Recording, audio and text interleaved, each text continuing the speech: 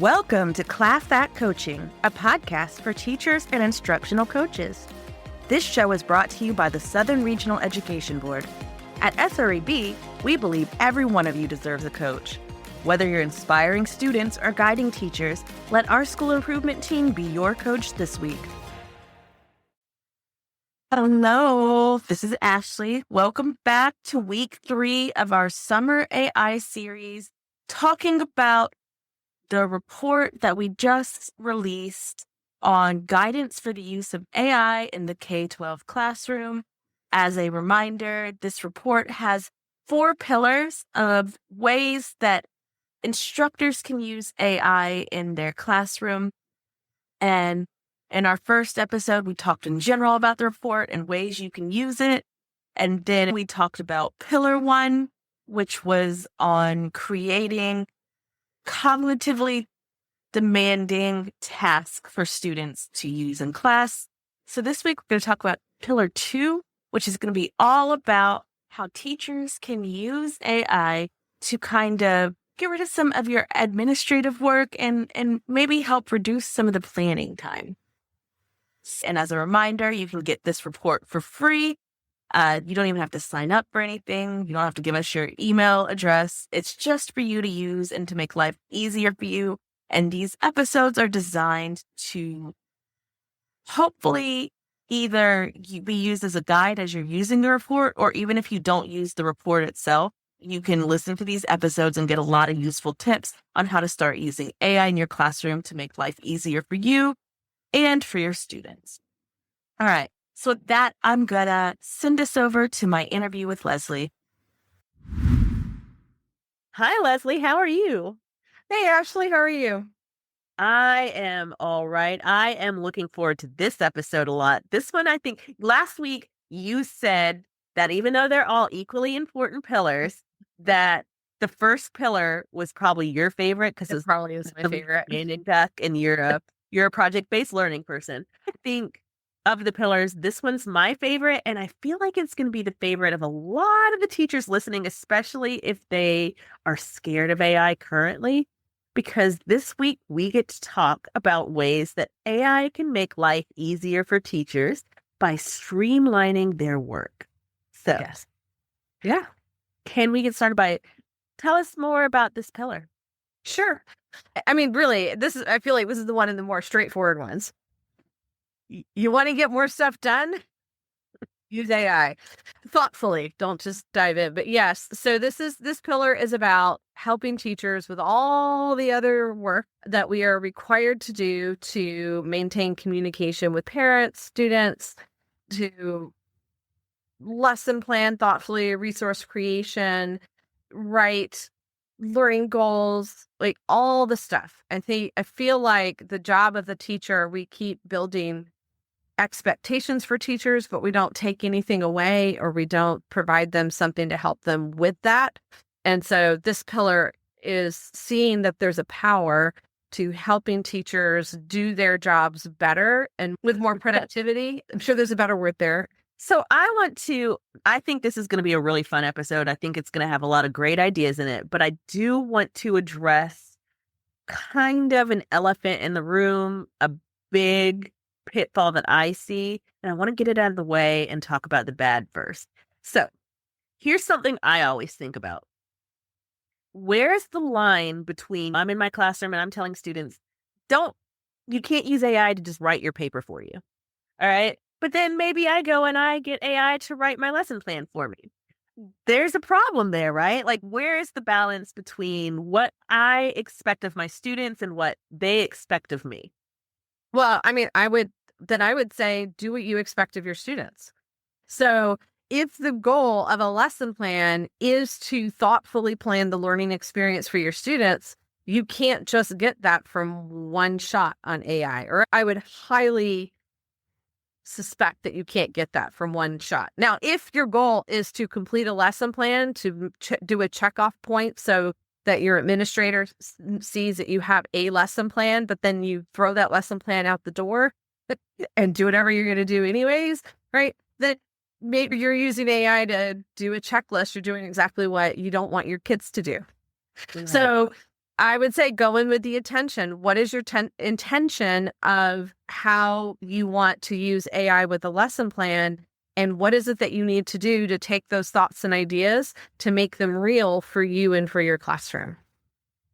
And I think something there that I kind of heard is if you're going to be using AI correctly in your lesson planning and your whatever you're doing, your grading, whatever you use it for, then I think it's safe to say you should also allow your students to correctly use it. Yes. So I think it's just as problematic to be like, okay, I'm using AI correctly, but I don't trust my students to, so they're not allowed to use it at all. You know, that's problematic too. But yeah, if they're allowed to use it correctly, then I should be allowed to use it correctly. Right. But I would start with you starting to learn how to use it correctly. And what are the processes and procedures that you go through to make sure that you're using it thoughtfully?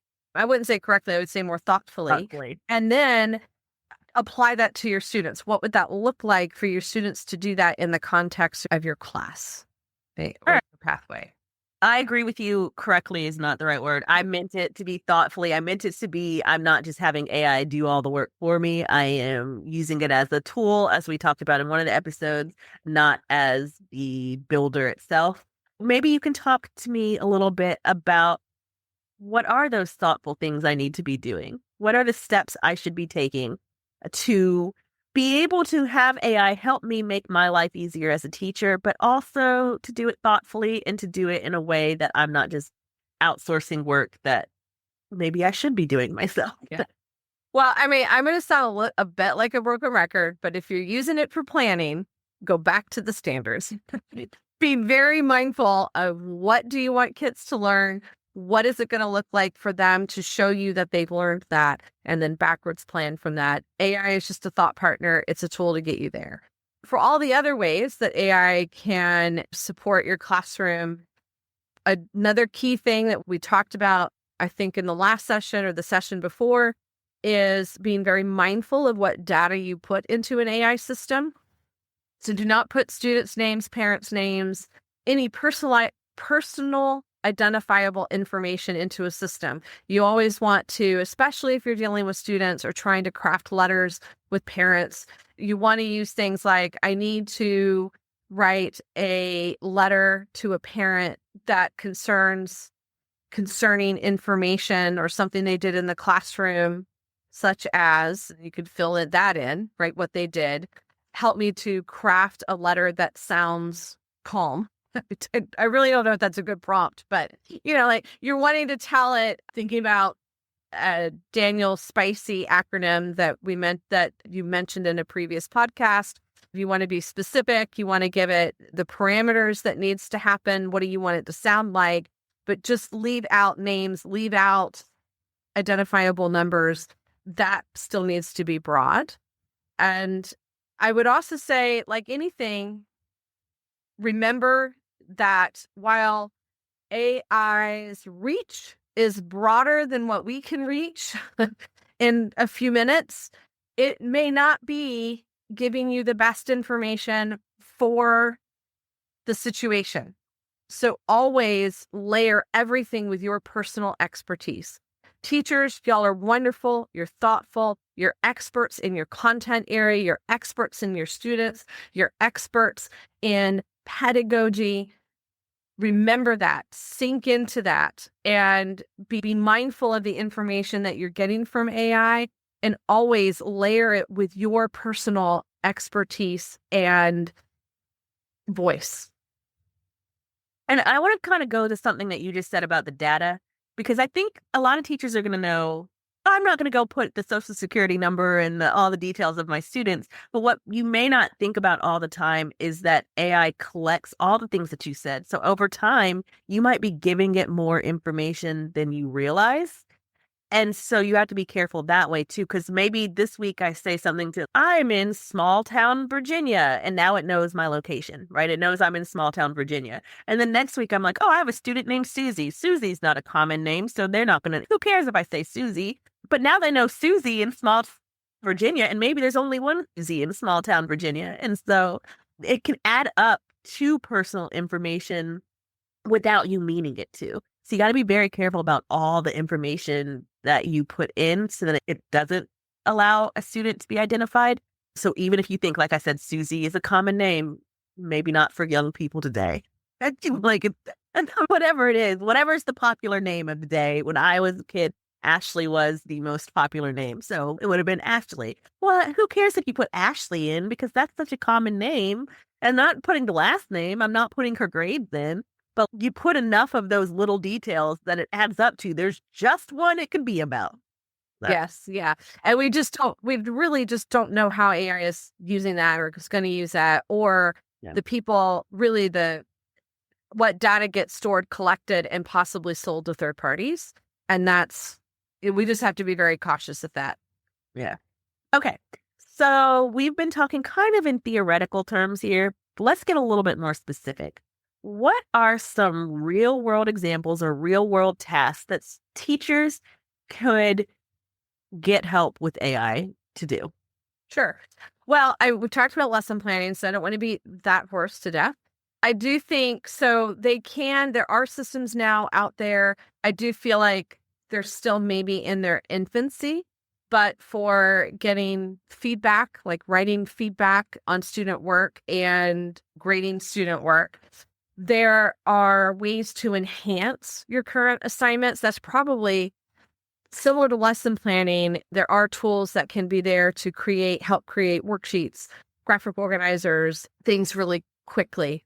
One of my favorites that I have been playing around with is Diffit, Diffit. And you can put in a text and get out like a leveled text and supporting graphic organizers for that. So you can use tools to help create like the resources, the things that help make the learning come alive or to support students in that process. A lot of my teachers are also using it to help for their English language learners, especially ones that are just starting to learn the English language while they're also having to learn math or science or construction. They are using it to interpret things into a language or to talk with students through something like Google Translate. And I will say, one of the things that it's helping me with, a lot of people that I say they have a math fear or they don't want to do math, and I love math. I have a writing fear. So putting things out in text format that needs to be in paragraphs and sentences throws me in a tizzy. So I love tools that help me craft what I'm trying to say, because sometimes the words in my brain don't come out the way that I want them to on paper in a way that I feel like is going to be impactful for whoever my audience is. So, I mean, just being able to take that out of the equation and say, here are my bullet points, put this in an email, in a paragraph format, in an email that sounds friendly.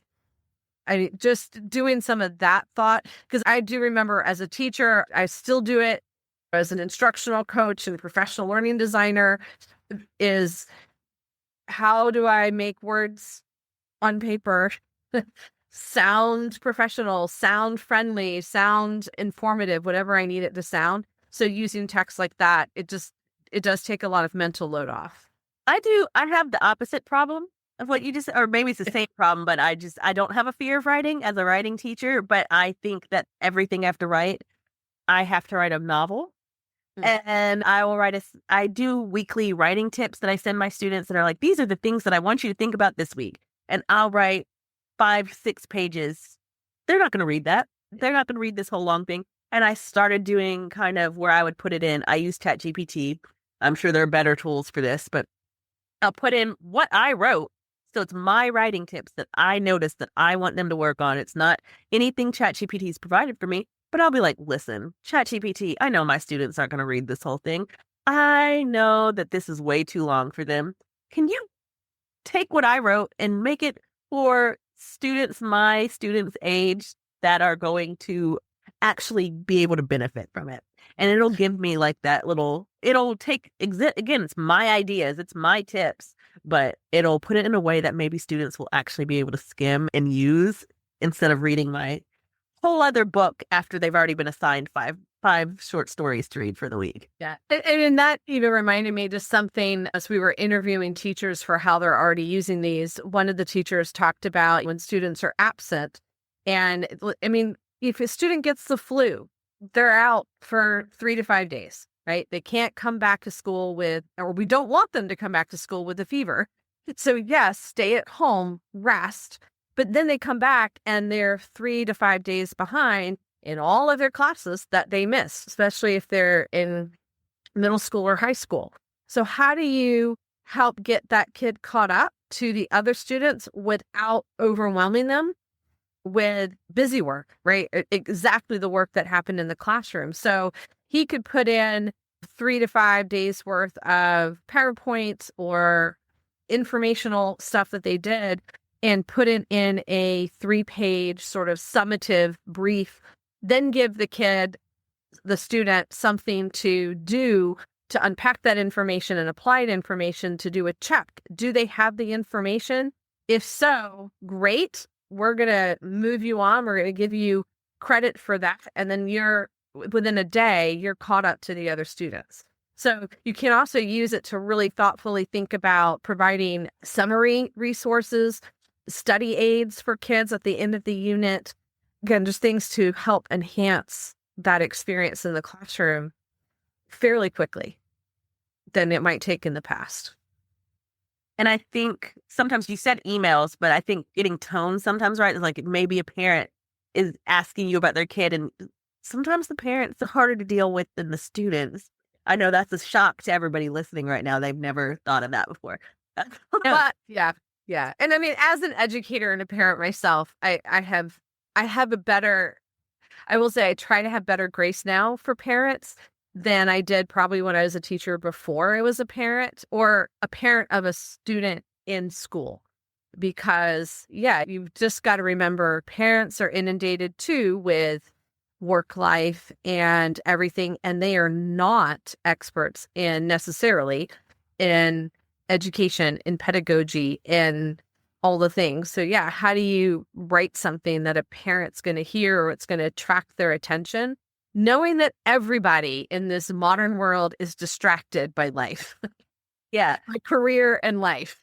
I'm glad you added those details because that is what I was going for. And you said it much more eloquently and briefly than I might have said it.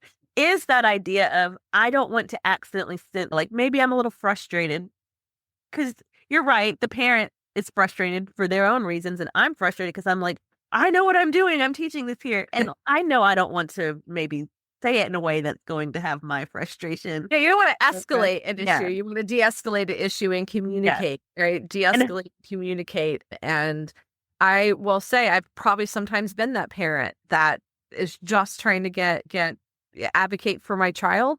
And I may not have the best words to advocate for my child. So, but using that neutral third party to kind of craft that email to get the point across in a nice, professional way, that's actually going to mean something to the parent and be useful to the parent. I don't know, I'm just using parents there.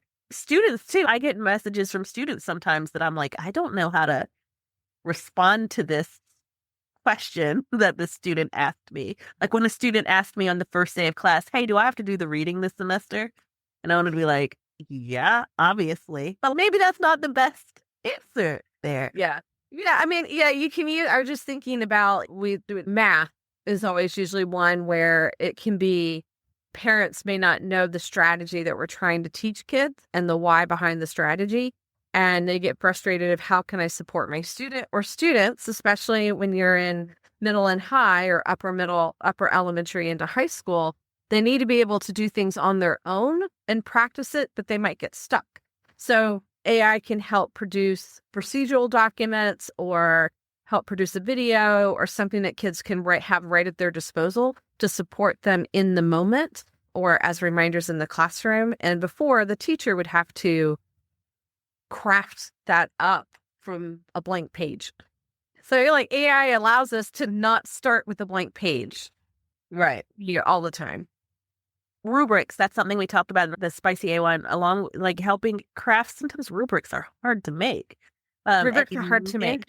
You miss important details that, like, when I go to grade, sometimes I'm like, oh, I forgot to put organization on here. Now what do I do? I need them. Whatever. I never forget organization, but whatever, something important. So AI catching stuff like that. All right. So we've talked about this in, I think, maybe both the first 2 episodes, but AI is a partner. It's not a replacement. It's a tool. It's not the builder. When it comes to helping streamline work for this pillar, what does that look like with this pillar? So, the first thought that went through my head is, it looks like a teacher at the computer putting in prompts that help get them that thing that they need to get done. It is using AI for whatever end goal that you need so that you can spend the bulk of your time crafting that learning experience for students.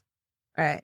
And I think something important you said there is it's the teacher writing the prompts. That's the human in the moment. The human in the loop, right? In the loop. And considering, right? They're like, oh, did that get me what I need? I really needed to say this, or I can take that as a starting point and I'm going to edit it.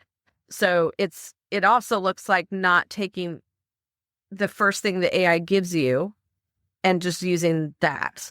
Making sure that you're layering it with your expertise, your voice, your thoughts. Yeah. I think maybe a good way to think of it is like a Google search, since most people know how to Google, right? Even if you've never used AI, like hopefully if you Google something, you're probably going to start broad and you're going to get some broad results. And hopefully you're not just clicking on the first Google result and being like, that's it. That's something that you don't want to do, right? You're going to look at things, but you're also going to, as you see the results, you're going to learn more, and then you're going to kind of narrow down. Maybe you're like, oh, this prompt didn't get me there. You see how to do these things because you've been Googling, right, for years and years and years and years now. Same thing with AI, right? Probably going to start a little broad with your prompt, maybe, and then you kind of get some information. Maybe it gives you some ideas, and then maybe you take one of those ideas, and then you're like, oh, I like this idea, but let's see, but I needed to do this and this, and you get narrower, and you don't just take the first results. So thinking of it in that same thing that you're already familiar with of how would you handle this if this was Google, if this was something, and doing the same type of things that you're already familiar with. So yeah, absolutely. All right. We're going to talk about another big one here. You kind of mentioned it. You said it was in the infancy, and it is one that is both very controversial, I think, and also would be very useful if it worked, especially as somebody who has to grade essays. When it comes to using AI for grading-based tasks, what are your thoughts? What should we think about? What should we be concerned about? Yeah. I feel like a healthy dose of skepticism always goes a long way with this type of stuff, right? You do have to probably, the first time around, it might take longer because you may want to still read the students' responses and see if AI is giving you what you want, like giving you the feedback, or like just kind of do it all in a sense of test to the feedback that it's giving versus the feedback that you would give until you get comfortable with the tool. If a student ever comes to you and let's say you are using AI, let's say you've gotten comfortable with using it, you think it's a really good tool 90% of the time that it's working with you, I would also say I don't know here's what happened in my brain just now. I would say trust students. Don't automatically say, if students come to you questioning a feedback that an AI system give you, don't automatically think that they are trying to argue with you or argue for a better grade or what have you. That student might be advocating and they may have a point. So do listen to what students are giving you or how students are saying this feels unfair, because it might be. It may not be accurate. And if you haven't, so allow for some sort of flexibility and that two-way communication street between teacher and student. I'm just always cautious, and maybe it's the control freak in me.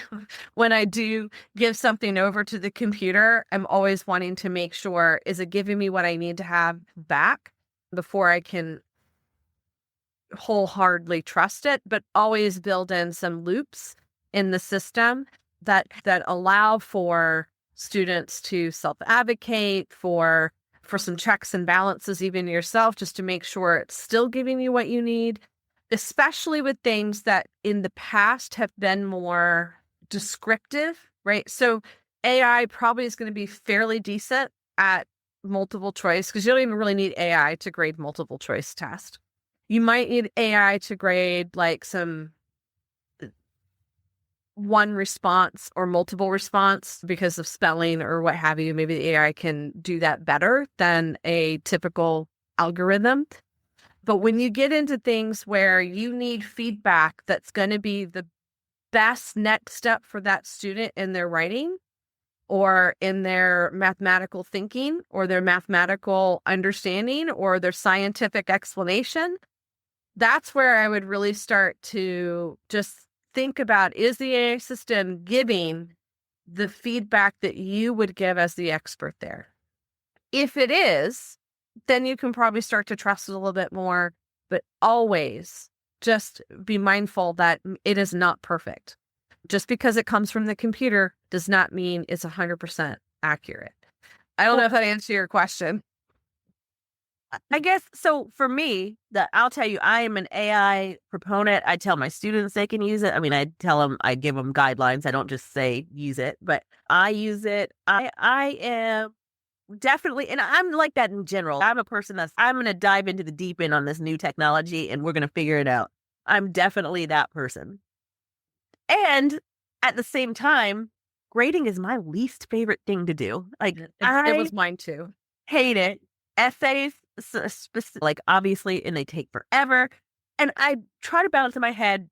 Well, first of all, let me say, despite my love of AI, I have never and don't see myself doing it anytime soon, used it at all for grading. So many reasons. First of all, the data privacy, putting in student work, just like, I know it's already in Turnitin or whatever, but still putting in a bunch of student essays and getting feedback on it feels icky to me. But at the same time, I also wonder, am I missing something? Because sometimes I have 100 essays to grade and a week to grade them. I'm given 5 minutes per essay. I might be able to get better feedback for them if I did try to use grading. Like, not even thinking of it from how it's going to help save me time. How is it going to help them? Because I feel like ChatGPT can read it and in 1 minute give much better feedback than I'm going to give, trying to just quickly do the things so that I can move on to the next essay. So I always wonder about it from that angle. I know this is maybe kind of going into different pillars here because it's not so much, I'm not thinking about how it's helping me. I know. I would say, I guess this particular one too is like that, go into it with a lot of caution in many steps. And really, I mean, one answer is that it's going to be the more sophisticated tool, and it's going to be the tools that are purchased that allow you to have the power to train the system to provide feedback in the way that you would want to provide feedback, right? And so there are some systems that, and that generally that's not going to be a free service. That's going to be something that's paid, where you could put in, there are systems that I've heard about, I have not used them, where you would ask kids to produce a few writing samples without AI. You feed those into the system, and then the system learns that student's particular writing style, and then they can do some checks or provide feedback, growth oriented. I think those are still in their infancy. The other thing, like if you're able to allow students some use with AI, I would say, so one of the things to help reduce grading of some of those the tasks that require a lot more time to grade is I would always say, do some peer editing processes in your classroom. Don't let the first time students turn something into you be the first time that they revise it or has eyes on it. So do provide time for peer editing, and you're going to have to train kids on how to give feedback and the type of feedback that you want. So it's not a one and done thing, but having the kids do it. Now, if you're able to have an AI system such as Grammarly, right, that can provide just in time feedback to improve their writing, while they have written something, then that can be a first layer.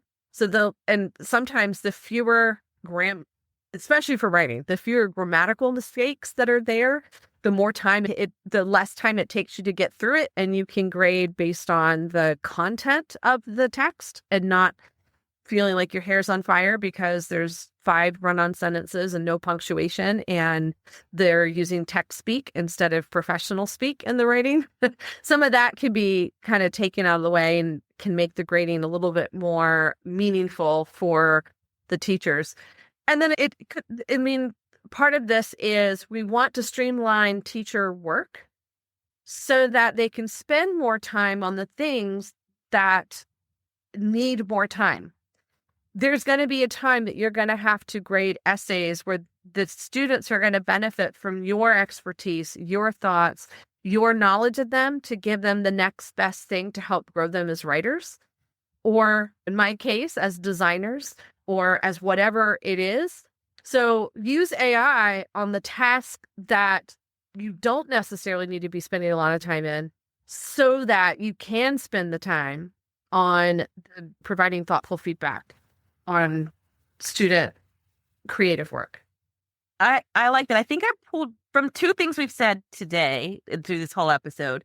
I think I have pulled 2 tips that I want to take away from what you said and what we said earlier. One is a good way to get AI to help with the grading is to help it create a rubric that's going to make grading easier for you, as opposed to having it grade for you. And then 2 is do get rid of some of those other things that we said, the emails that takes you forever, all those things that you do so that you do have more time to grade. So my issue is I only have 5 minutes per essay. I'm not giving them good feedback. Now I have 10 minutes per essay or whatever it is that I need so that I can give better feedback. So I think that's the 2 takeaways that we just kind of covered. Yeah. And I do think thoughtful feedback to students on their assignments is a way that kids can learn the most from the teacher, and it's where the teacher's providing the expertise. So yeah, use AI to get rid of some of the other stuff that takes up your time so that you can put your time in the things that has more bang for your buck for increasing student learning and growth in student learning. I wonder if there's also a way I could use AI to just give me tips on how to like grading more. It's never going to be, I will say this. I used to hate grading, and this is not an AI conversation necessarily, but there are a couple things that help me is moving towards a more standards-based or proficiency-based assessment in my classroom made grading more fun because I was looking for learning as opposed to looking for deficit.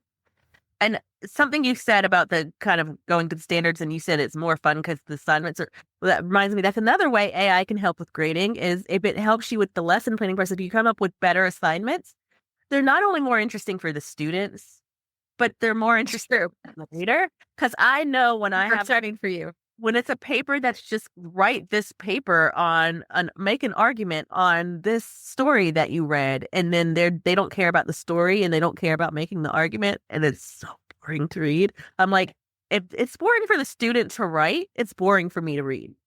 Yeah. But if they have more interesting assignments, they come up with more interesting papers, and then I'm like, oh, this is interesting as I'm reading. Maybe taking the time to write comments everywhere is still not fun, but at least I'm enjoying what I'm reading as I grade. Yeah. I maybe would avoid still having AI grade papers for me, but I think we've come up with some ways, come up with more interesting assignments so that it's more interesting. AI can help with that. Come up with the rubric. AI can help with that. Get rid of some of those other tasks that you have more time for grading. AI can help with that. So there's lots of ways I think it can help you with the grading process without actually you having to do the ethical debate about, do I get it to grade papers for me or whatever your assignment is. I realize not everybody has papers. So, all right. We already kind of talked about data privacy, but that's such a big issue. I do want to say, outside of just not putting personal information in, do you have any other tips that you've learned as you've written this report on how to protect student data privacy as maybe we're doing these things, writing emails, writing whatever? No, I mean, I think the thing that you said is just avoid putting students' names or any identifying numbers or addresses or anything into the system. And knowing that the system stores all that data and it will learn from that data. So it really is just something to be mindful of. The other thing I think to be mindful of, I don't know if it answers your question, but it was an important part of our conversation in our subcommittee as we were planning these out, especially the opportunities and cautions, is recognizing there's a bias in every system. And we don't necessarily know as we're using it what data an AI system has been trained on, what conditions it makes. So we can't, and I know I did say this, we can't always rely that it's giving us the most accurate information. It's a very powerful tool, but it's not without its blind spots. And so I think it's just keeping that healthy dose of skepticism and caution in the back of your head whenever you're kind of using that and layering it with your own personal, professional expertise. All right. And so just like students need to learn new tools, part of this is us having students learn to use AI ethically and effectively. That's going to be pillar 4. Teachers that want to use it to either teach it in their class or to use it to make their own life easier need to first know how to use it. What are your thoughts, or what kind of professional development do you think teachers should do to kind of learn the skills to use these tools? Yeah. So that's a big part of our discussion right now on our subcommittee. And what I've heard from teachers is that are helping to develop teachers with their use in AI is just to get in and just to start using something. Just if you have something that you need it, just try it out. You don't have to use what it gives you, obviously, but you just kind of have to get in and try a lot of different things to see what's going to work for you in your classroom and for your students. I do think that's part of it. One of the things that whenever we're thinking about professional development, period, is within the PD is making time for teachers to use the tool in their context, right? So if I'm a math teacher, I need to use it for my math planning. If I'm a career tech ed teacher, I need to use it for my career tech ed planning, right? So plan for time for teachers to use it while they're in session alongside the experts, the people who are providing the training, and provide time for reflecting and discussing about what that looks like in their classroom, and do that over time. Allow teachers to maybe even this could be an area for a professional learning community in your school. Maybe you have a group of educators who want to learn how to use it, and they're going to form their own little PLC that tries things out, reports back on how it did in their classroom or with their kids, come back, revise it, try something new. I think it's going to take it over time. There's no one and done workshop that is going to satisfy everybody. I will say, from what I'm hearing, is teachers like to start with how they can use it. Start there with how we can use it in our practice for all the professional expectations that we have under us. And then start to think about how might I transition this to students? What might that look like? How might I use this for learning? And then grow from there. All right. So I want to address something, but I already asked you this exact question in the last episode. So I'm not going to make you answer it again. I just want to kind of remind everybody of what you said last time. So the question I might have asked, if we hadn't already answered it, is, are there tools or apps that you've seen that you would recommend? So I'm just going to remind everybody that what you said last time was, it depends on what you're allowed to use in your district. It's a good place to start is to see what you already have. Ask people, ask your IT team, your administrator, whoever, what you might already have access to, what you're allowed to use. And then the other big thing is, and this is a good place to remind you that this report that we've been discussing this whole time is freely available online. You don't have to fill anything out. You just get it. It's going to be in the show notes. Along with it is a checklist that Leslie and her team made, and it's really helpful. That helps you ask the questions to decide if a tool is a good tool to use in your school. It also has a list of questions to ask vendors. It's design questions. It's everything. So you can use that to kind of pick the tool that's right for you. Is that anything you would add? For your students, your district, your local context. Yeah. Okay. So then I want to end by asking you the exact same question I asked last time, but for this pillar, because I think that it was a really good question. I think that's what we're going to end all our episodes on.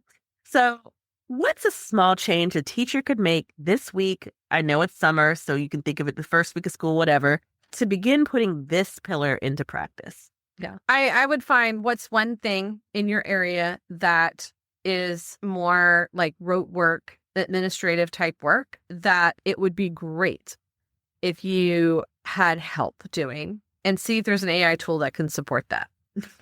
I mean, that's just a great place to start. I will say, thinking of tools, and with the caution that use what you're allowed to use. One of the favorites I mentioned before is Diffit, right? So it's hard for me to always find text at the grade level that students are, but has the information that I need them to get.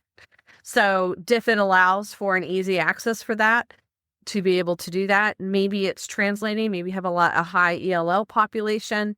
So maybe you want to try out some translating of parent newsletters or your syllabus as you're creating your syllabus, and then run it by somebody who knows that language. It says, is this correct? Or what feedback would you provide, right?